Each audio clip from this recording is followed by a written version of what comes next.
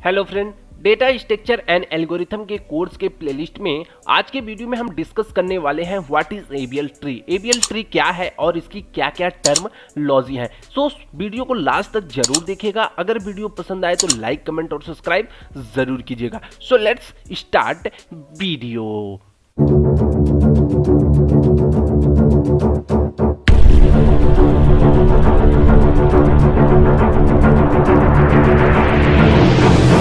तो फ्रेंड, अगर बात करें सबसे पहले व्हाट इज एबीएल ट्री की, एबीएल ट्री क्या है, तो एबीएल ट्री क्या होती है। एबीएल ट्री एक तरह की बाइनरी सर्च ट्री यानी बीएसटी होती है। ABL tree can be defined as a height balance binary search tree. मतलब एबीएल ट्री का काम क्या होता है कि हाइट को बैलेंस करना। जैसे कोई भी ट्री जब हम क्रिएट कर रहे हो तो जो ट्री की हाइट क्या होती है, बहुत ज़्यादा हो जाती है, जिससे हमें क्या करना होता है, जब भी हम किसी एलिमेंट को इंसर्ट करते हैं या फिर सर्च करते हैं, डिलीट करते हैं, तो हमें बहुत ज़्यादा टाइम इन्वेस्ट होता है। इस वजह से हम हाइट को बैलेंस करते हैं ताकि हमारा जो भी सर्च ऑपरेशन हो आसानी से हो पाए एबीएल ट्री में। Which is the note is the associated with the balance factor. इसमें जो भी नोट है उसको एसोसिएट किया जाता है किसके, बैलेंस फैक्टर के आधार पे। अगर बैलेंस फैक्टर कैलकुलेट करने की बात करते हैं तो इसमें सब्ट्रैक्शन मेथड होता है, जिसमें हम क्या करते हैं, जो भी लेफ्ट सब ट्री होती है, लेफ्ट सब ट्री के हाइट में से हम राइट सब ट्री के हाइट को माइनस कर देते हैं तो हमारे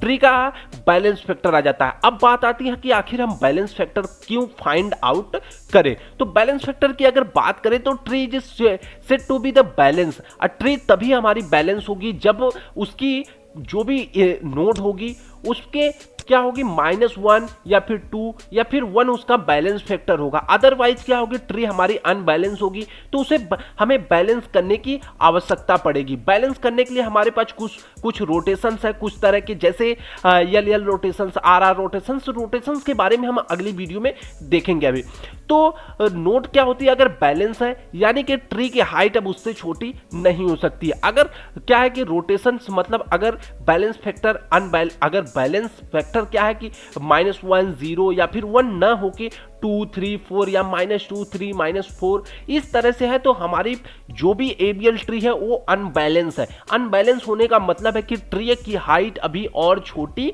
हो सकती है। बैलेंस होने का मतलब है कि ट्री अभी अपने जगह पे परफेक्ट है, अब इससे ज्यादा इसकी हाइट छोटी नहीं हो सकती है। तो बैलेंस फैक्टर फाइंड आउट करने का फॉर्मूला क्या होता है कि बैलेंस फैक्टर को फाइंड आउट करने के लिए हम क्या करते हैं, लेवल जो भी लेफ्ट सब ट्री होता है उसके हाइट में से हम क्या करते हैं, राइट सब ट्री के हाइट को माइनस कर देते हैं तो हमारा बैलेंस फैक्टर फाइंड आउट हो जाता है। आगे अगर हम बात करें इसके टर्मोलॉजी की, तो जैसे क्या है कि अगर if balance factor of any node is 1, कह रहा है कि अगर किसी भी नोड का बैलेंस फैक्टर 1 है, इट्स मीन कि जो भी लेफ्ट सब ट्री है वो क्या उसका लेवल 1 है और जो भी राइट सब ट्री है उसका लेवल 0, क्योंकि 1 में से -0 करेंगे तो क्या हमारा बैलेंस फैक्टर 1 ही आना है। आगे अगर हम बात करें, जैसे बैलेंस फैक्टर का फॉर्मूला हमें पता ही, balance factor is equal to होता है height of left sub tree minus height of right sub tree. आगे अगर हम बात करें, जैसे यहाँ पे आप कुछ एग्जांपल्स देख पा रहे हैं, जैसे इस ट्री का बैलेंस फैक्टर क्या है, 0।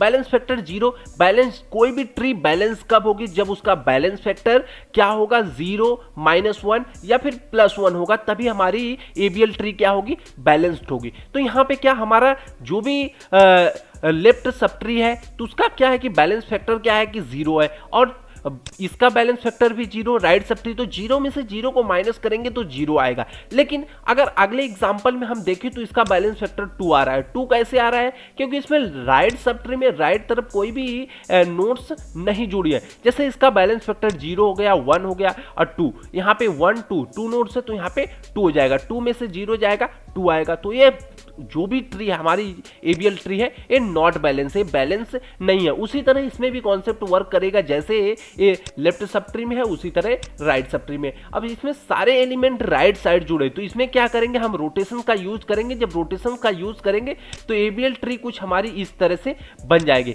क्योंकि जब ऐसे बनेगी तभी तो छोटी होगी, हाँ कोर्स छोटी होगी। अभी इसकी हाइट क्या है कि 1 2 3 या फिर कह सकते हैं 0 1 2 लेवल की हमारी जो भी एबीएल ट्री है। लेकिन लेकिन यहाँ पे क्या हो जाएगी 0 और 1 लेवल की ट्री क्रिएट हो जाएगी। तो आगे अगर हम बात करें if balance factor is any note 0, अगर बैलेंस फैक्टर में कोई भी नोट जैसे 0 है, दैट्स मीन्स कि left sub tree and right sub tree is the content is the equal height. जैसे इसमें बात कर रहा है कि अगर लेफ्ट किसी भी रूट नोड, जो भी हमारा नोड है, अगर उसका बैलेंस फैक्टर 0 है, तो इसका मतलब है कि लेफ्ट सब ट्री और राइट सब ट्री दोनों क्या है, हमारे इक्वल हाइट पे है। इक्वल हाइट का मतलब है कि दोनों की सेम पोजीशन है और हमारी जो भी एबीएल ट्री है वो एक बैलेंस ट्री है। आगे अगर हम बात करें if balance factor is any node is -1, अगर बैलेंस फैक्टर का कोई भी नोड -1 में, दैट्स मीन कि left sub tree is 1 level lower than the right sub tree. मतलब कि अगर -1 होता है, -1 होने का मतलब है कि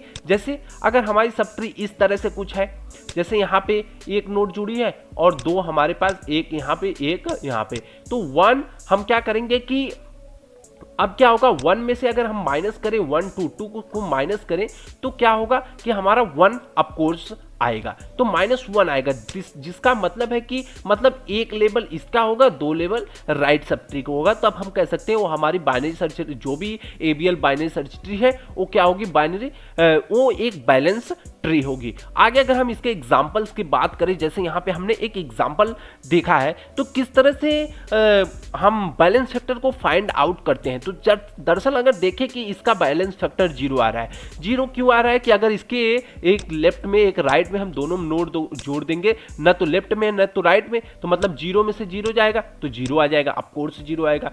अब उसी तरह हम इसमें इसका भी 0 होगा, इसका भी, जो भी हमारी सबसे निचली नोड होगी जिसकी हाइट सबसे लोअर है, मतलब सबसे नीचे वाली नोड है, सबका बैलेंस फैक्टर 0 होगा। लेकिन इससे ऊपर आएंगे, जैसे अब एक नोड यहाँ पे है, एक नोड यहाँ पे, एक नोड हमारी 85 पे है, तो 1 में से 1 जाएगा 0, इसका भी बैलेंस फैक्टर 0 हो गया। लेकिन यहाँ कह रहा है कि बैलेंस फैक्टर 1 हो गया। 1 कैसे हो रहा है कि जैसे एक यहाँ हमारे पास है 1 2 यहाँ पे, 1 में से 2 जाएगा, -1 हो जाएगा। उसी तरह इसमें भी इसका बैलेंस फैक्टर 0। अब अगर इसका बैलेंस फैक्टर फाइंड आउट करें तो जैसे 1 आ रहा है, 1 कैसे आया। अब इसमें क्या होता है कि हम इस नोड को नहीं, जो सबसे लंबी हाइट होगी वहां से काउंट करना चालू करते हैं। तो इसमें सबसे लेफ्ट सब ट्री में सबसे, जैसे लेफ्ट सब ट्री हमारा ये वाला बन रहा है, तो लेफ्ट सब ट्री में सबसे लंबी हाइट जिस साइड होगा हम उसी को गिनेंगे, काउंट करेंगे। अब जैसे यहां से गिने 1 2 3, अब 3 हो गया, यहां हमने 3 लिख लिया, उसके बाद 1 2 इधर है, तो 3 में से -2 होगा तो कितना बचेगा, 1, यानी बैलेंस फैक्टर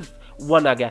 और इस प्रकार के हम बैलेंस फैक्टर 1 होगा तो हमारी ट्री क्या होगी, एक बैलेंस ट्री होगी। अब इसको हम बैलेंस करने की जरूरत हमें नहीं है। अगर इस कहीं 2 आता कहीं 3 आता तो हम क्या करते, इसको बैलेंस करते, इसमें रोटेशंस का यूज करते। रोटेशंस के बारे में हम अगली वीडियो में देखेंगे। तो आई होप कि आपको समझ में आया होगा एबीएल ट्री क्या होती है, इसकी टर्मिनोलॉजी क्या है, कुछ बेसिक्स कॉन्सेप्ट क्या है। तो अगर वीडियो आपको पसंद आई हो तो लाइक कमेंट और सब्सक्राइब जरूर कीजिएगा। Thanks for watching the video. Thank you, bye bye guys.